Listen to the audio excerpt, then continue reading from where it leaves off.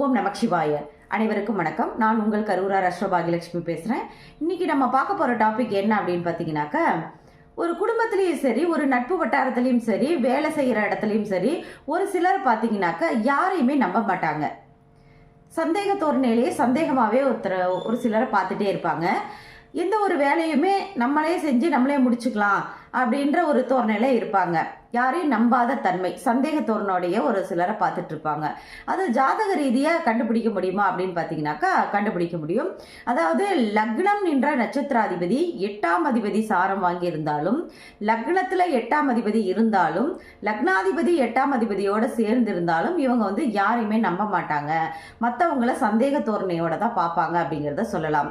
அதாவது மற்றவங்க கிட்ட இருக்கக்கூடிய ஒரு சில தவறுகள், குற்றம் குறைகளை இவங்க கரெக்டாக கண்டுபிடிச்சிருவாங்கன்னு நம்ம சொல்லலாம். அதாவது இப்போ இவங்கெல்லாம் எந்த மாதிரி தொழிலில் இருந்தால் நல்லா இருக்கும் அப்படின்னு பார்த்தீங்கன்னாக்கா, போலீஸில் இருக்கலாம், இராணுவத்தில் இருக்கலாம், சிஐடி ஆஃபீஸர்னு சொல்கிறாங்கல்ல, இந்த மாதிரி துறைகளில் இவங்க இருக்கும் பொழுது இவங்க நல்லா அச்சீவ்மெண்ட் பண்ணுறதுக்கு நல்ல ஒரு வாய்ப்பாக இருக்கும்.